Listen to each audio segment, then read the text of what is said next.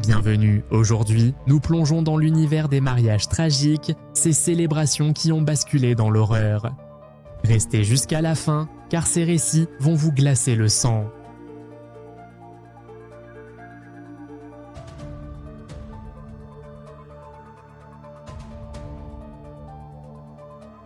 Les mariages sont censés symboliser l'amour éternel, mais parfois, la réalité dépasse la fiction. Voici 5 témoignages authentiques où la joie s'est transformée en cauchemar. Premier témoignage, 26 juin 1994, Kampala, Ouganda. Une célébration de mariage bat son plein dans le quartier de Nakuru. La musique résonne, les invités dansent, l'atmosphère est festive. Parmi eux se trouve Richard Komakesh, soldat de la police militaire. Il boit depuis des heures, son comportement devient agressif. Il remarque une femme nommée Airinati, il s'approche d'elle. Il l'invite à danser, elle refuse poliment. Il insiste, elle refuse à nouveau. La situation devient tendue, d'autres invités interviennent. Ils demandent à Komakesh de cesser le harcèlement. Face à son comportement perturbateur, il l'expulse de la fête. 10 minutes passent, les invités reprennent la célébration. L'incident semble clos, la musique reprend. Mais Komakesh revient, cette fois armé d'un fusil semi-automatique. Il vise immédiatement Airinati, ouvre le feu. La femme s'effondre, tuée instantanément. La panique s'empare de la foule, les invités fuient en hurlant. Komakesh continue de tirer dans le tas, sans distinction. Si cette histoire vous bouleverse, n'oubliez pas de vous abonner et d'activer la cloche pour ne manquer aucun de nos témoignages troublants qui sortent chaque semaine. Le massacre continue, 14 personnes perdent la vie, 13 autres sont gravement blessés, le sol est jonché de corps. Komakesh retourne finalement l'arme contre lui, mais survit. Il feint d'être mort parmi ses victimes. Quand la police arrive, elle découvre une scène de dévastation. Les survivants appellent à l'aide, l'horreur est totale. Le père d'Airinati se fraye un chemin, frappe Komakesh à la tête. Le tueur meurt sur le coup. Au total, 27 personnes périssent ce jour-là. Un refus de danse a provoqué l'une des attaques civiles les plus meurtrières d'Ouganda. Deuxième témoignage, 19 novembre 2012, Rio de Janeiro, Brésil. Fabio Jefferson Maciel, sergent de marine de 33 ans, vient d'épouser Jessica Guimaraes. Plus de 200 personnes assistent à la cérémonie religieuse. La réception se déroule dans un club en bord de mer. Fabio a préparé ce mariage pendant une année entière. Sa famille est venue de Manos, dans le nord du pays. La cérémonie est parfaite, l'ambiance festive. Vers 2 heures du matin, les invités dansent encore. Fabio glisse un verre de bière dans la poche de son pantalon. Personne ne sait pourquoi il fait ce geste anodin. Il se trouve sur la piste de danse, s'amusant avec une demoiselle d'honneur. Soudain, il trébuche, fait une chute banale. Mais quand il touche le sol, le verre se brise dans sa poche. Un éclat tranchant entaille le haut de sa cuisse.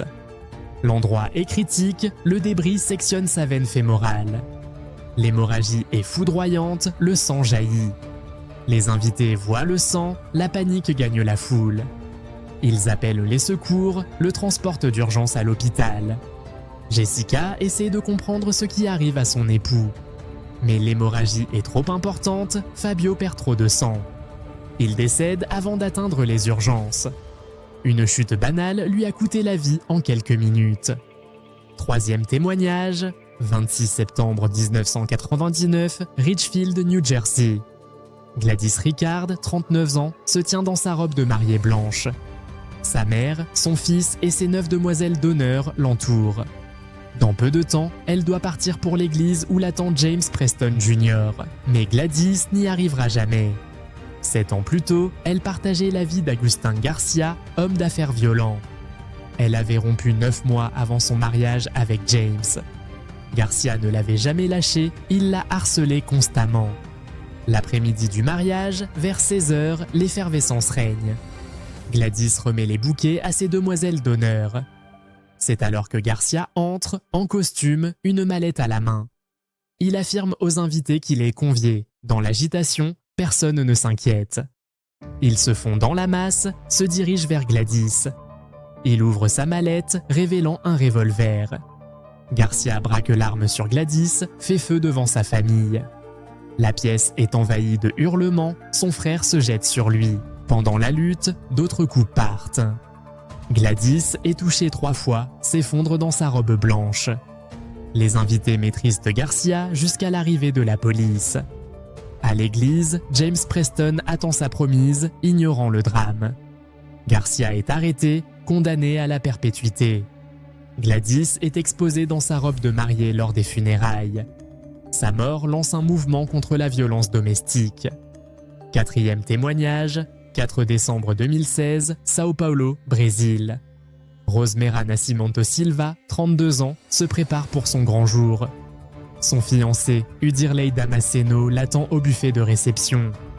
300 invités sont réunis pour la cérémonie. Rosemire a un rêve d'enfant, arriver en hélicoptère. Elle veut faire une entrée spectaculaire pour surprendre tout le monde. À 16h, elle arrive au hangar d'Osasco. L'hélicoptère est en règle, autorisé à voler. Elle est accompagnée de son frère Silvano et de la photographe Naila. Le pilote Peterson Piguero est expérimenté. Le trajet doit durer 15 minutes jusqu'à la réception. Pendant 20 minutes, tout semble parfait. Puis la météo change brusquement, un brouillard épais se lève. Des nuages enveloppent l'hélicoptère, la visibilité chute. Le pilote tente de repérer le lieu de la fête, mais ne voit rien. Les sourires disparaissent, des cris remplissent l'enregistrement. L'appareil percute un arbre à cause du manque de visibilité. L'hélicoptère s'écrase dans une zone boisée, à seulement 1 km de la réception. Les 4 personnes à bord perdent la vie, Rosemire, Silvano, Naila et Peterson. Sur le lieu du mariage, Udirley attend, ignorant que sa fiancée devait arriver par les airs. La nouvelle du crash se propage lentement. Le pasteur doit annoncer la terrible nouvelle à Udirley. La femme qu'il s'apprêtait à épouser ne viendra jamais.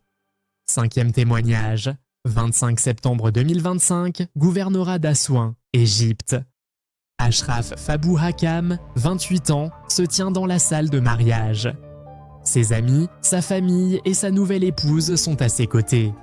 La réception est bruyante et joyeuse, rythmée par les traditions égyptiennes. Ashraf et son épouse s'avancent sur la piste de danse.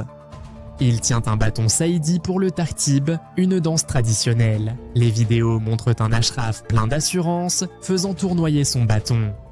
Sa femme sourit à ses côtés, les invités applaudissent. L'orchestre joue de plus belle, tout semble normal. Soudain, tout bascule. Alors qu'il danse, Ashraf titube, son expression change. Il vacille comme s'il perdait l'équilibre, puis il s'effondre brusquement sur le dos, tenant toujours la main de sa femme. Au départ, la confusion règne, certains croient à une plaisanterie. Mais lorsqu'il reste immobile, la panique gagne la salle. La musique se tait, des cris déchirent de l'atmosphère. Les invités se précipitent vers lui, sa femme est terrifiée. Certains tentent de le réveiller, d'autres pratiquent un massage cardiaque. Malgré les efforts, Ashraf ne réagit pas. Les équipes médicales arrivent, mais il est déjà trop tard. Les médecins confirment qu'Ashraf a succombé à un arrêt cardiaque foudroyant. Il avait 28 ans, dansé pour son mariage, puis il n'était plus. Quelques jours plus tôt, un drame similaire s'était produit. Adna Kovanin Omer Begovic, infirmière bosniaque de 26 ans, s'était effondrée lors de son mariage. Transportée d'urgence, elle était tombée dans le coma avant de s'éteindre. 2 mariages, 2 jeunes gens, 2 tragédies subites. Ces témoignages nous rappellent la fragilité de l'existence. En un instant, la joie peut se transformer en deuil. Dites-nous en commentaire, avez-vous déjà vécu ou entendu parler de mariages tragiques ? N'oubliez pas de vous abonner pour plus de témoignages troublants. À bientôt sur Flippantes Histoires.